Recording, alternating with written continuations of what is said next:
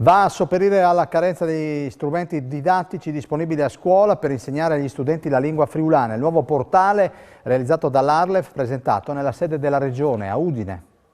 Presentato oggi a Udine Lenghis, il sito internet per insegnare la lingua friulana a scuola. Si chiama lenghis.me.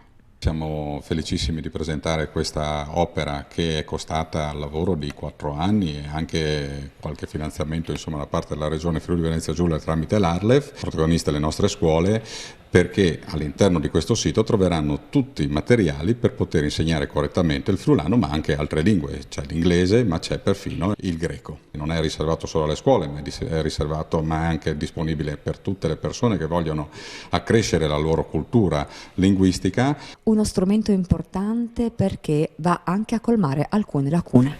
Alcune lacune che riguardano proprio l'assenza di materiale didattico, o perlomeno carenza di materiale didattico, soprattutto a livello di scuola secondaria di secondo grado e in dimensione plurilingue.